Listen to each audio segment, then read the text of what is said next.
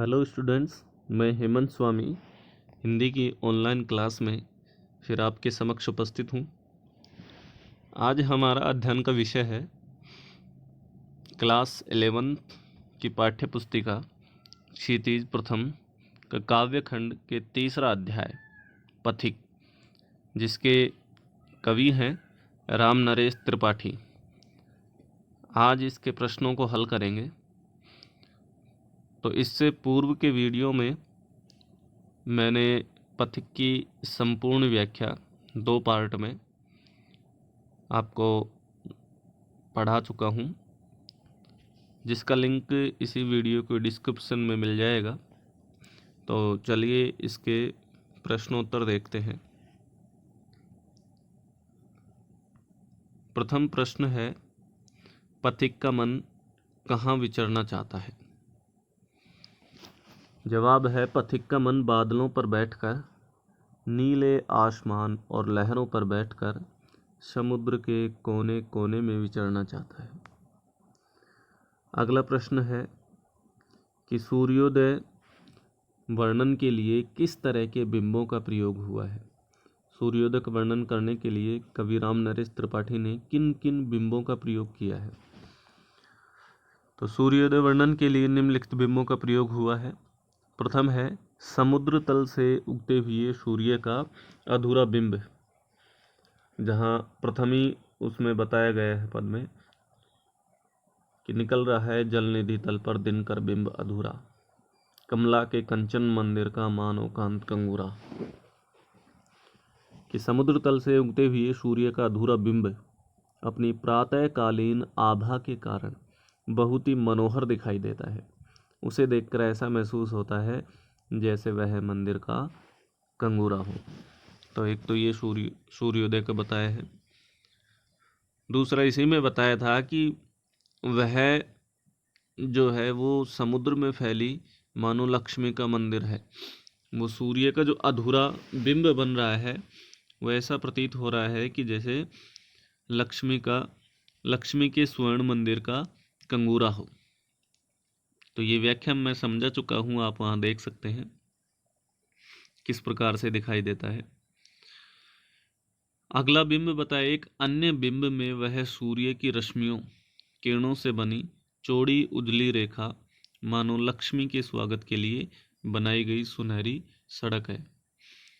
और जब वह सूर्योदित होता है तो ऐसा प्रतीत होता है समुद्र में उसकी किरणों को गिरने से कि सूर्य की रश्मियों से बनी चौड़ी उजली रेखा, ऐसा लग रहा है कि लक्ष्मी के स्वागत के लिए समुद्र ने एक सोने की सड़क का निर्माण कर दिया हो। फिर अगला प्रश्न है, आज से स्पष्ट करना है कि पंक्ति दी हुई है, सस्मित वदन जगत का स्वामी मृदुगति से आता है। तो सस्मित अर्थात प्रसन्न और वदन होता है मुख, बदन होता है शरीर। जगत का स्वामी ईश्वर मृदु गति से, मधुर गति से आता है। और आगे बताए, तट पर खड़ा गगन गंगा के मधुर गीत गाता है। और समुद्र के तट पर खड़ा होकर आकाश गंगा के मधुर गीत गुनगुनाता रहता है। तो इसका आज से स्पष्ट करना है, प्रस्तुत पंक्तियों के द्वारा कवि ने रात्रि के सौंदर्य का वर्णन किया है। कवि कहते हैं कि जब रात को अंधेरा छाने के बाद आकाश में तारे सज जाते हैं, तारे टिमटिमाने लग जाते हैं, तब संसार का स्वामी मुस्कुराते हुए धीमी गति से आता है तथा तट पर खड़ा होकर आकाश गंगा के मधुर गीत गाता रहता है। और यहाँ चंद्रमा की भी चांदनी पूरी तरह से फैल जाती है। अगला है जिसका आज से स्पष्ट करना है, पंक्ति दी हुई है, कैसी मधुर मनोहर उज्ज्वल है यह प्रेम कहानी, जी में है अक्षर बन इसके बनूं विश्व की बानी। जिसका जवाब है, प्रस्तुत पंक्ति का आशय प्रकृति सौंदर्य की प्रेम कहानी से है। कवि के कहने का तात्पर्य यह है कि समुद्र तट पर प्रकृति के दृश्य इतने मनोहारी होते हैं जैसे प्रेम कहानी चल रही हो और कवि इस कहानी को अपने शब्दों में व्यक्त करना चाहता है। वो चाहता है कि इनका अक्षर बन के और विश्व की वाणी के रूप में प्रस्तुत करूं। इस तरह से कवि विश्व भर को प्रकृति सौंदर्य का आनंद बांटना चाहता है। अगला प्रश्न है, कविता में कई स्थानों पर प्रकृति को मनुष्य के रूप में देखा गया है। ऐसे उदाहरणों का भाव स्पष्ट करते हुए लिखें। कहने से तात्पर्य है कि ये पूछना चाह रहे हैं कि कविता में कई स्थानों पर प्रकृति पर मानवीकरण किया गया है, अर्थात मानवीय क्रियाओं का आरोप किया गया है। तो जवाब है, कविता में कवि ने अनेक स्थलों में प्रकृति का मानवीकरण किया है, जो निम्नलिखित है। प्रतिक्षण नूतन वेश बनाकर रंग बिरंग निराला, रवि के सम्मुख थिरक रही है नभ में वारिद माला। तो प्रस्तुत पंक्तियों में कवि ने बादलों को रंग बिरंगी नर्तकी के रूप में सूर्य के सामने नृत्य करते हुए दर्शाया है। तो बादलों को नर्तकी के रूप में प्रस्तुत किया है। तो एक तो यहाँ मानवीय क्रियाओं का आरोप हुआ है, और दूसरा यहाँ जो है वो थिरकना या नाचना और रंग बिरंगा श्रृंगार करना, इसलिए बताया है। तो मानवीकरण वहाँ होता है जहाँ किसी भी प्रकृति के अंग पर मानवीय क्रियाओं का आरोप किया जाता है। तो यहाँ नृत्य करना मानव की क्रिया है, इसलिए मानवीकरण हुआ है। अगला है, रत्नाकर गर्जन करता है। तो गर्जना करना ये शेर की गर्जना से लिया गया है। तो शेर भी प्राणी है, तो उसके लिए कहा है रत्नाकर को। तो रत्नाकर प्रकृति का अंग है। प्रस्तुत पंक्ति में समुद्र को किसी वीर की भांति गर्जन करते हुए दिखा है। जैसे शेर गर्जना करता है, उसी प्रकार से वीर भी गर्जना करता है। उसी प्रकार से यहाँ मानवीकरण हुआ है। अगला है कि लाने को निज पुण्य भूमि पर लक्ष्मी की अस्वारी, रत्नाकर ने निर्मित कर दी स्वर्ण सड़क अति प्यारी। तो प्रस्तुत पंक्तियों में सूर्य की रश्मियों से बनी चौड़ी उजली रेखा को मानो लक्ष्मी के स्वागत के लिए बनाई गई सुनहरी सड़क के रूप में दर्शाया गया है। तो ये बताया है कि रत्नाकर ने स्वयं निर्माण कर दिया है सुंदर सड़क। तो यहाँ भी मानवीकरण हुआ है, सोने की स्वर्ण सड़क। सस्मित वदन जगत का स्वामी मृदु गति से आता है, तट पर खड़ा गगन गंगा के मधुर गीत गाता है।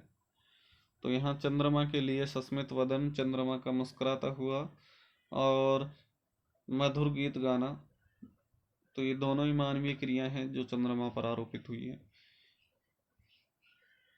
तो यहाँ ईश्वर का मानवीकरण करते हुए उसे मधुर गीत गाते हुए बताया है। तो यहाँ ईश्वर जो है, ईश्वर का उपमान चंद्रमा के लिए ही प्रयुक्त हुआ है। अगला है, जब गंभीरतम अर्धनिशा में जब को ढक लेता है, अंतरिक्ष की छत पर तारों को छिटका देता है। तो प्रस्तुत पंक्तियों में अंधेरे से सारा संसार ढकने और आकाश में तारे छिटकाने के द्वारा प्रकृति को एक चित्रकार के रूप में बताया है। तो तारे छिटकाना, तारे अलग करना और ढक लेना, माता की भांति ढक लेना आंचल से। तो इस प्रकार से अंधेरे से ढक लेना और तारों को छिटकाना, दोनों ही ये मानवीय क्रियाएं हैं, मानवीकरण हुआ है। अगला है, उससे ही विमुग्ध हो नभ में चंद्र विहंस देता है, वृक्ष विविध पत्तों पुष्पों से तन को सज लेता है। तो एक तो ये चंद्रमा का हंसना, और दूसरा पत्तों वृक्ष के जो पत्ते पुष्प हैं वो अपने शरीर को सजाना। तो वृक्ष की श्रृंगार करने की क्रिया और चंद्रमा की हंसने की क्रिया मानवीय क्रिया है। तो फूल सांस लेकर सुख की सानंद महक उठते हैं। तो यहाँ फूलों के द्वारा सांस लेना, तो ये सभी मानवीय क्रियाएं हैं। प्रस्तुत पंक्तियों में चंद्रमा को प्रकृति प्रेम पर हंसना, वृक्षों का मानव की तरह अपने आप को सजाना तथा फूलों द्वारा सुख की सांस लेना आदि मानवीय क्रियाओं को दर्शाते हैं। अगला प्रश्न है, समुद्र को देखकर आपके मन में क्या भाव उठते हैं, लगभग 200 शब्दों में लिखिए। तो इसमें मैं अपने भाव व्यक्त कर रहा हूँ, आप इसके समकक्ष या इससे मिलते जुलते आप अपने भावों को प्रकट करने की चेष्टा करें। मेरे मन में समुद्र को देखकर कौतूहल के भाव उठते हैं, आश्चर्य के भाव उठते हैं। मैं सोचता हूँ कि इतना अथाह असीमित जल कैसे इस समुद्र में समाता होगा। इसका और छोर मतलब और छोर अर्थात इसकी कोई सीमा, किनारा क्या होगा। समुद्र के नीचे की दुनिया कैसी होगी, समुद्र के नीचे क्या कोई दुनिया है, अर्थात मछलियों की या जलीय प्राणी हैं उनकी दुनिया कैसी होगी। समुद्र तल के नीचे छिपे सारे राज को जानना चाहूँगा कि समुद्र तल के नीचे क्या है, वो अभी तक राज ही है। बरसों से अथाह जल राशि में समेटे हुए समुद्र कैसा महसूस करता होगा, कैसे उसकी लहरें बालू पर पहुंचते ही अपने अस्तित्व को खो बैठती हैं, बालू में ही वो लहरें विलीन हो जाती हैं। किस प्रकार से ये जानना चाहूँगा विस्तृत रूप में। दिन प्रतिदिन, वर्ष दर वर्ष, युगों से इस अनेक युगों से इसी प्रकार एक ही रूप रंग, एक ही सुर में समुद्र के वक्ष स्थल पर लहरों की यह लीला अनवरत चली आ रही है कि हमेशा दिन प्रतिदिन अनेक वर्षों से, अनेक युगों से एक ही स्वरूप में और एक ही ध्वनि के साथ समुद्र अपने वक्ष स्थल पर, अपनी छाती पर लहरों की लीला अनवरत निरंतर रूप से करता आ रहा है।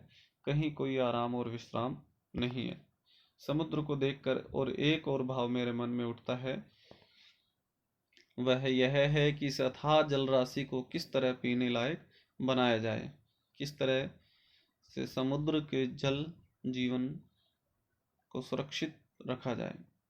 तो वर्तमान समय में जल एक भीषण आपदा के रूप में, एक बड़ी समस्या के रूप में उभर कर आ रहा है। तो जल का संरक्षण करना हमारे भविष्य के लिए बेहतर होगा। तो अगर इस प्रकार से समुद्र के जलों को पेय रूप में बनाया जा सकता है तो इस समस्या का निराकरण हो सकता है। अगला प्रश्न है, वर्तमान समय में हम प्रकृति से दूर होते जा रहे हैं, इस पर चर्चा करें और लिखें कि प्रकृति से जुड़े रहने के लिए क्या कर सकते हैं। तो यहाँ भी आप अपने विचारों का समावेश कर सकते हैं, अपने विचार प्रकट कर सकते हैं। मैं अपने अनुकूल बता देता हूँ, आप इससे संबंधित या इसके समकक्ष भी अपने विचार रख सकते हैं। यह बात बिल्कुल सच है कि वर्तमान समय में हम प्रकृति से दूर होते जा रहे हैं, हर तरह से प्रकृति से दूर होते जा रहे हैं। वर्तमान समय में प्रकृति गमलों, चलचित्रों, कैलेंडरों, पुरानी यादों आदि में सिमटती जा रही है कि प्रकृति को हम प्रत्यक्ष रूप से न निहार कर उसको गमलों में, चलचित्रों में, वीडियोज़ में, कैलेंडर में और पुरानी स्मृतियों में ही कैद करके रखते हैं, जबकि प्रकृति का हम प्रत्यक्ष दर्शन नहीं कर पा रहे हैं, उसको अपने मन चक्षुओं से निहार नहीं पा रहे हैं। मानव की स्वार्थ वृत्ति, स्वार्थ पूर्ण करने की यह जो आदत है और व्यावसायिक दृष्टिकोण ही प्रकृति के विनाश का जिम्मेदार है कि एक तो ये अपने स्वार्थ के लिए प्रकृति का दोहन कर रहे हैं और उद्योग व्यवसाय के दृष्टिकोण से भी प्रकृति का विनाश हो रहा है। इसके लिए मानव स्वयं जिम्मेदार है। मानव ने अपने लाभ के लिए प्रकृति का अत्यधिक दोहन किया है, अतः हमें चाहिए कि प्रकृति दोहन करने के स्थान पर उसका पोषण करें, तभी हम स्वयं के लिए सुरक्षित कल बना पाएंगे। तो प्रकृति का महत्व हम भुला नहीं सकते हैं, इसके बिना हम अपनी कल्पना नहीं कर सकते हैं, इसके प्रकृति के बिना एक जीवन संभव नहीं है।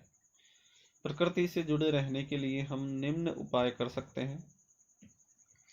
सड़क के दोनों तरफ जहाँ तक संभव हो पेड़ पौधे लगाए जाने चाहिए, जिससे प्रदूषण कम होगा, प्रकृति की रक्षा रहेगी और हमारा जुड़ाव भी प्रकृति से रहेगा। विद्यालय परिसर, आवासीय कॉलोनी जहाँ हम रहते हैं, औद्योगिक स्थलों आदि की खुली जगह पर पेड़ पौधे लगाए जाने चाहिए। देश में वृक्षारोपण संबंधित जन जागरण अभियान चलाए जाने चाहिए। वृक्षारोपण का अभियान चलाया जाना चाहिए जिससे लोग प्रभावित होंगे और वृक्षारोपण करेंगे, जिससे प्रकृति का भी बचाव होगा और हम प्रकृति के संपर्क में जा पाएंगे। पर्यावरण को नुकसान पहुंचाने वाली वस्तुओं का उपयोग न किया जाए तथा दूसरों को भी ये संदेश दिया जाए कि जो वस्तु पर्यावरण को नुकसान पहुंचा रही है, उसको क्षति पहुंचा रही है, उसका उपयोग बंद कर दें। नैसर्गिक वस्तुओं के प्रयोग पर बल दिया जाए। नैसर्गिक मतलब जो प्राकृतिक वस्तुएं हैं उन्हीं का उपयोग किया जाए। प्रकृति पर्यटन को बढ़ावा दिया जाए। तो जो पर्यटन स्थल है, प्राकृतिक पर्यटन स्थल हैं, इन प्राकृतिक पर्यटन स्थलों को बढ़ावा दिया जाना चाहिए। सरकार के द्वारा भी इनकी ओर कदम बढ़ाया जाना चाहिए। तो इस प्रकार के उपाय अपनाकर हम प्रकृति से जुड़े रह सकते हैं, प्रकृति से रक्षा कर सकते हैं। तो ये हमारे आज पथिक का सभी प्रश्नोत्तर हल हो जाते हैं।